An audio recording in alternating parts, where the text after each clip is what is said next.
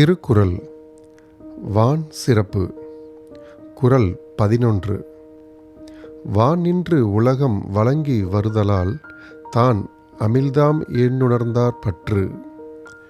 இதன் பொருள், மழை பெய்ய உலகம் வாழ்ந்து வருவதால் மழையானது உலகத்து வாழும் உயிர்களுக்கு அமிழ்தம் என்று உணர்த்தத்தக்கதாகும். குறள் 12. துப்பார்க்கு துப்பாய துப்பாக்கி துப்பார்க்கு துப்பாய தூவும் மழை. இதன் பொருள், உண்பவர்களுக்கு தக்க உணவுப் பொருட்களை விளைவித்து தருவதோடு பருகுவோருக்கு தானும் ஓர் உணவாக இருப்பது மழையாகும். குறள் 13. விண்ணின்று பொய்ப்பின் விரிநீர் வியலுலகத்து உள்நின்று உடற்றும் பசி. இதன் பொருள், மழை பெய்யாமல் பொய்விடுமானால் கடல் சூழ்ந்த அகன்ற உலகமாக இருந்தும் பசி உள்ளே நிலைத்து நின்று உயிர்களை வருத்தும். குறள் 14. ஏரின் உலாஅர் உழவர் புயல் என்னும் வாரி வளங்குன்றி கால். பொருள், மழை என்னும் வருவாய் வளம் குன்றிவிட்டால் உழவரும் ஏர்கொண்டு உளமாட்டார்.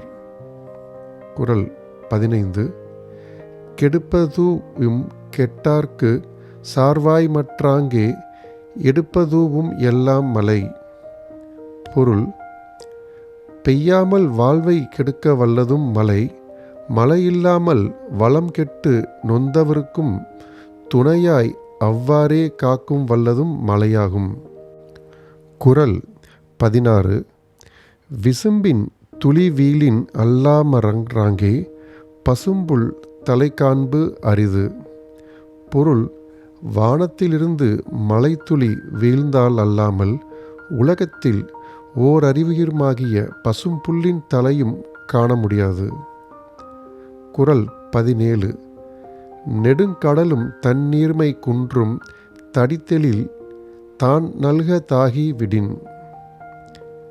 பொருள், மேகம் கடலிலிருந்து நீரை கொண்டு அதனிடத்திலேயே பெய்யாமல் விடுமானால் பெரிய கடலும் தன் வளம் குன்றி போகும். குறள் 18. சிறப்பொடு பூசனை செல்லாது வானம் வரக்குமேல் வானோர்க்கும் ஈண்டு. பொருள், மழை பெய்யாமல் போகுமானால் இவ்வுலகத்தில் வானோருக்காக நடைபெறும் திருவிழாவும் நடைபெறாது, நாள் வழிபாடும் நடைபெறாது. குறள் 19. தானம் தவம் இரண்டும் தங்காவியின் உலகம் வானம் வழங்காதெனின். பொருள், மழை பெய்யவில்லையானால் இந்த பெரிய உலகத்தில் பிறர் பொருட்டு செய்யும் தானமும் தம் பொருட்டு செய்யும் தவமும் இல்லையாகும். குறள் 20. நீரின்று அமையாது உலகெனின் யார் யாருக்கும் வானின்று அமையாது ஒழுக்கு.